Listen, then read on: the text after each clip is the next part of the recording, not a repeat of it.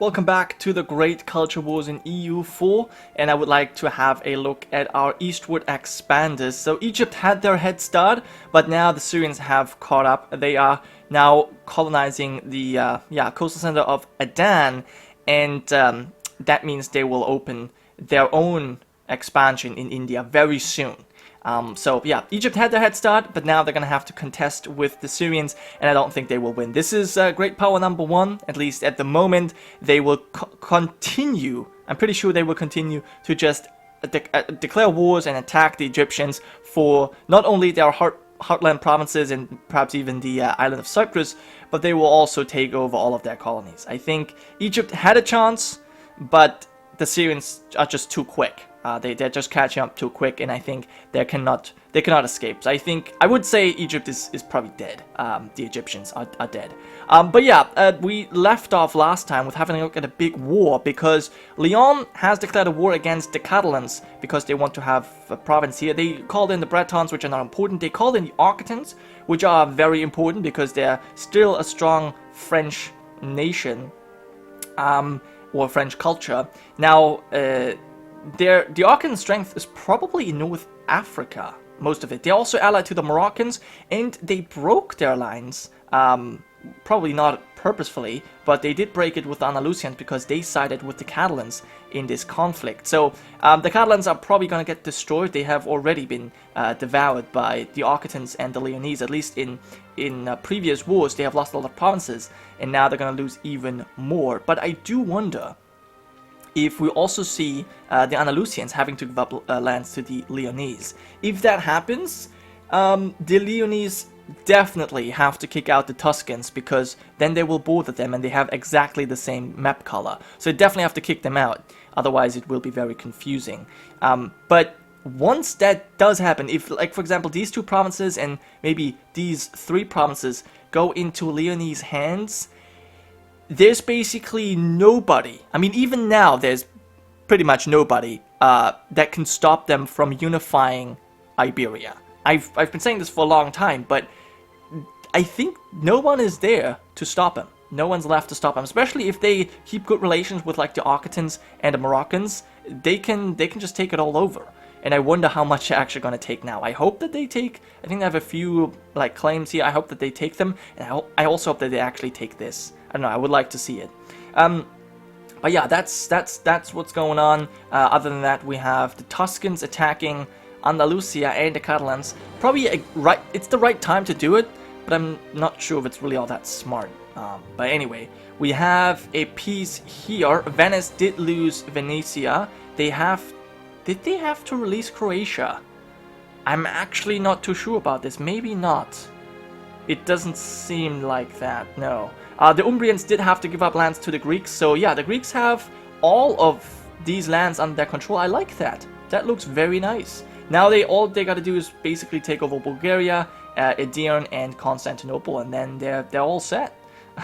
That would be kind of cool to see if that happens, but yeah, it's unlikely that they're gonna have a chance against the Turks because they are powerful on their own and allied to Syria and Crimea. So that's really powerful lines there that is unlikely to fall anytime soon. We have Protestant zealots rising up in Hungary. Yeah, I did want to see the Protestant Reformation, how it's going. Nah, it's still slow. The Slovaks are the only ones who have converted so far, so we'll have to see. Andalusia is completely occupied by the Leonese. Wow. When are you going to peace out? You still have the Ligurians in this, and the Maltese. Now the Maltese, they only have this one province, which might even get taken over by the Occitans in this very war. That's possible. But I guess we'll have to check that out. And yeah, the Ligurians, they're being occupied a little bit by the Bretons right now. There's a lot of recruitment going on. Oh wow, English noble rebels. David Holland, you go, man. 37,000 men. No matter how much they try, I don't think the English can actually muster enough forces to deal with these rebels. It seems rather unlikely. But, you know, I've seen stranger things than that. Other than that, do you still have your personal union? You do, Denmark. In fact, you're actually at war with Latvia, Muscovy, Finnish, and Poland. Okay, that's a big war. Let me see what's going on here. The Latvian conquest of Livland. Oh, it's Latvia fighting Estonia. Oh my god. Yeah, so they brought in the Danish and the Dutch on their side, as well as the Prussians fighting the Finnish, the Polish, and the Muscovites. Now, this is a really interesting war. Okay, so it's Estonia versus Latvia, so this is number 1. Now, the Finnish are in this, which brought in the Prussians, who probably want to have Danzig, but they're also surrounded by the Polish, who want some of their lands, and then the Danish are just kind of in there. I don't really know why, but they're in there. And the Muscovites are in there as well, because they probably want to have Never from the Prussians. So, it's really interesting, this kind of alliance here. That really will determine which kind of power will be the number 1 in the Baltic region, because right now, it's really hard to say. The Swedish look powerful, but I think you could say that in the Baltics, it's probably the Danish who are the most powerful, just because they have the Dutch provinces. But if, for example, the Muscovites take over Neva, if the Finnish take over this land, if the Latvians take some Estonian provinces, and the Polish maybe take some more Prussian lands, this could shift. This could very much shift in favor of someone else other than the Danish. But yeah, wow. Leon has definitely taken over. They've taken 2 provinces, Teruel and Pirineo, from the Catalans, and they have taken a few provinces from the Andalusians. Now, right, I was just for a moment thought they were still at war, but this is actually Tuscany now. So they took this and this, leaving this province probably, I don't know, maybe it has been occupied by the Tuscans before, I don't know. But, yeah. Okay, so Leon did take some provinces, and they look very, very mighty. Very mighty indeed.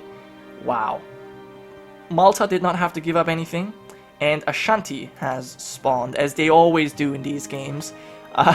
Probably we'll have Ternate, or one other nation up here, that usually spawns as well. I can't see them yet, but they usually spawn is another nation that spawns over here. So that's cool, I guess. Cool for them. And actually, you know what? There should have also been a nation spawning here, a Coptic nation, but it didn't. Maybe it will do it, or but I think the time has passed for that actually. But anyways, we have Socotra now being colonized by the Syrians. Damn, Egypt, you're too slow. You're too slow. They're now kind of focusing on this region, trying to build a power base there. Not sure if that's a smart move. And Liguria's going around them, trying to cut off the Egyptians, who are now once again at war with Syria. Oh well, oh well. So how's it looking? Wow, we have got tons of war going on. The Portuguese are fighting the Ashanti. Alright, that's fine. Syria fighting Egypt together with the Turkish, that's okay. That does mean the Shia are going down though. We have the Tuscans fighting Andalusia and Catalan, we knew that. We have still this big war going on. And we have the Belarusian and Sami fighting the Polish, Norwegian, Latvian, and Hungarians. Probably not a smart move. No. Totally not a smart move, because the Sami, even if they have a lot of troops, they're not going to be able to really help you much, and you're against 3 nations. Now, to be fair, 2 of which are currently embroiled in another big war, but the Hungarians alone are probably going to be able to kick your butt. So, I don't know. I don't know if that's really a good idea. But I think we should maybe check this out here, some of these wars. Yeah, they're getting kicked. The Norwegians are just kicking their butt. The Prussians are occupied as well. The Latvians are able to hold their own. The Finnish are being occupied. So it's, yeah, I think the battlefield is Estonia, Latvia, and Prussia. This is where we see a lot of the wars currently going on. The Prussians are probably going to suffer quite a lot of this. They're going to get forced out of this war, and they will probably have to give up this to either the Finns or the Muscovites. Pretty sure of that. And they will also have to give up some lands to the Polish, I imagine. I think. I mean, they might be able to get around that yet, but not too sure. Polish might even expand. I'm pretty sure they wanted all of Lithuania when they split that land with the Belarusians, and now they're coming back to take the second half. This reminds me of something, but anyway, we've got some noble rebels still besieging London here, but they're taking a long time. They're definitely taking their sweet time with it. How's it looking in Normandy? Alright, everything nice. Okay, so we still have the same dynasty here, but no succession war just yet. But I'm sure we'll see it at some point. Okay, and who's fighting now? Karelia is in Pomerania. What is this all about? What is this all about? Wow. Okay, Swedish, Prussians, and Pomeranians fighting Karelia and the Ryazanians. So everyone's trying to get into this one mess. Holy hell. There's a lot of stuff going on. So Egypt, okay, we know these wars, they're not too important. The Tuscans apparently finished their war with Andalusia, and I think they may have... Have they? No, I think they may have taken Granada, actually. I think they may have taken Granada, yeah, probably. Yep, they did take one province. So they did grow stronger. I'm not really sure if that was worth it, but yeah. Okay, so they definitely grew more powerful. I want Leone to just take him out, because this is just terrible, having the same color. Blah. Gross. Also, Liguria has apparently taken over some Umbrian lands. Arezzo and Umbria, and they've also colonized Roma. And they're now... Are you at war once again? With Franconia, Burgundy, Austria... Okay. What the heck? A lot of wars going on. Alright, alright. So I think time has finally come to slow down to speed 4. Just to be able to check out a little bit more. So, Saxony and Wallonia fighting Westphalia and the Flemish. Alright, let's check that out as well. Okay, this might be for Saxony to finally grow a little bit more powerful. Okay, they could easily take these two provinces. And if Wallonia takes over Antwerpen and Ghent, that's good for them too. Especially because they have their western and southern border completely protected with Burgundy and Norman, Burgundians and Normans as their ally. But yeah, other than that, we have the Neapolitan conquest together with Malta and Romagna against Sicily and Umbria. Okay, so this is basically gonna wipe out the Sicilians because they only have Palermo left, and the Umbrians are probably gonna be also taken over as a result of this war. In fact, let me quickly see who are you at war again? Romanians, yeah. So it could be that either the Neapolitans take Abruzzi, or that, well, the Romanians just take it all over. But are they in one war? Yeah, they're only in this one war. Alright, so Sicily has fallen, which means the Neapolitans will bring their entire army over, and the Umbrians will get attacked from two sides. And although they're defending quite well right here in the hills, they won't be able to do that for a long time. So, that's that war. Whew! Karelia going after the Prussians in the conquest of Never. Highlanders, together with the Finnish, attacking the Swedes. What the actual hell is going on? There's so many wars right now. It's actually kind of insane. So, Finnish had to give in to the Estonians, but they're now at war with the Swedes. We have the Prussians still looking strong, because the Polish...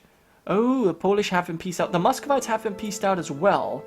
I don't think they have gotten anything. But yeah, the Polish have pieced out to fully focus on the Belarusians, and the Estonians had to lose. So they did manage to take provinces from the Finnish, but in the end, they still lost and had to give provinces to Latvia. Interesting. And Belarusia is just gonna get absolutely annihilated by the Polish right now. Okay, so let's see what this is all about with the Austrians. Who's fighting here?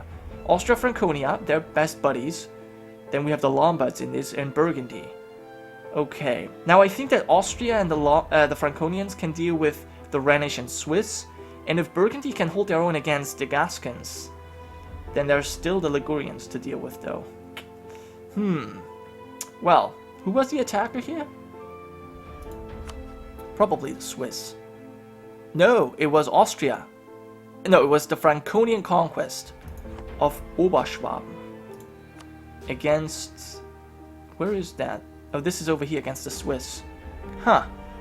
Alright. And Saxony's been occupied. Oh my gosh. Yeah, the Wallonians are just... They're just besieging the Flemish capital for so long. It takes too long. It simply takes too long. Alright. Well, let's also check out what the Syrians have done. They have completely taken out the Egyptian cores. There's only Cyprus left, which, you know, at least they have got that. And they have their colonies still. Okay, so they didn't take any Egyptian colonies. They just took their heartlands, but left Cyprus alone. Alright, I guess that's fine at least. The Ligurians are colonizing here. Okay, so we have now the Aragonese, the Moroccans, the Ligurians, and you could also say the Ashanti here, trying to colonize this very valuable African region, because the provinces here are very small, and they all obviously have the same developments. They're all at 14 development. So whoever controls just this is definitely going to be powerful, just by that. We finally have a colonial nation. English Brazil has spawned, and we have Norman Bahia. So the Normans are the second nation to colonize the New World. But there's... Nope, the Normans are also in North America. Okay, so, actually, you know what? You should get the Treaty of Tordesillas. I would like to see if that is true. You have the Treaty of Tordesillas plus 10 settlers, which means you should have 10 less settlers every year. Yes, you do. Actually, minus 20. So that's going to hinder them significantly in here. But if they get the Treaty of Tordesillas in North Africa. Welcome to North Africa, everyone. But if they get it in North America, that would be great for them. So, has anything changed? Anything big? I can't really tell. If I zoom in further, we see all the armies, and that actually makes it, worse to see. It makes it harder. It looks as if Karelia managed to take the Neva, the estuary of Neva, from the Prussians, but they held on to their heartlands. Now, as I said, they should have, instead of going after this, they should have gone after Danzig. That's just, I mean, it's so much better. It's so much better. It's farmlands, it's an estuary as well, but it's also a center of trade. But yeah, that was a wrong decision on their part. The Swedes, occupied by the Finnish, they're actually losing to the Highlanders here. Okay. Now the Highlands have also completely abandoned their homelands. Forcefully. They forcefully had to abandon their homelands, and now they're trying to make a new home here. In fact, those are actually their cores. They're basically the new Norway now. If they get this together, that would look nice. Well, it wouldn't necessarily look nice, but I guess it would at least combine or connect their lands, which is always good. Now, with the Swedish capital already fallen, we're going to see peace very soon, because their armies are now occupied here. So that means they will not be able to do anything else. So basically the rest of Sweden can just be occupied.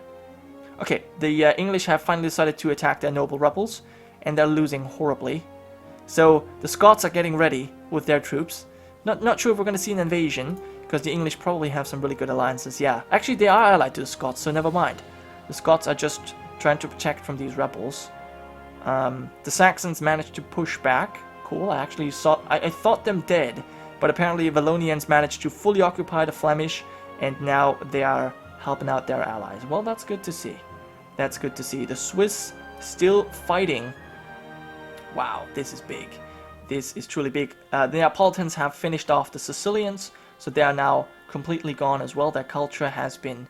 Well, their culture is actually still around, but, well, their nation has been destroyed. And the Turks are facing a big enemy. Bulgaria and the Greeks are striking back. Wait, who are... And the Romanians. Oh, okay. Interesting. I'm actually kind of surprised that we see the Turks, well, supposedly losing this. I mean, we have a huge Greek army here. Oh, there's a big battle that the Syrians and... No, those are actually the Crimeans and Syrians and the Turkish forces. Ooh, this is a big deal. Everyone's getting reinforcements. Bulgarians and Greeks are coming in to help out their allies. 40,000 men. Oh, they actually lost. They actually lost that first battle. Wow, and the second one as well. So there were two battles in Ankara, both of which were actually won by the Turkish-Syrian Crimean alliance. This is a big war. This is for Constantinople. This is the Greeks and Bulgarians trying to take back Constantinople. Interesting. I really wonder who's going to win this. I mean, we just saw two battles won, but Ankara, which is the capital of the Turks, has already fallen. So we'll have to see how that turns out. I'm really interested. I'm really interested to see who wins here. But yeah, I guess we'll have one last look at the great powers here at the end. The Normans are now #1, just their own development. Good for them. and then we have the rest of these nations. Cool. But yeah, I think I'll end this episode here. I'll zoom out, and we'll come back next time to see how this develops.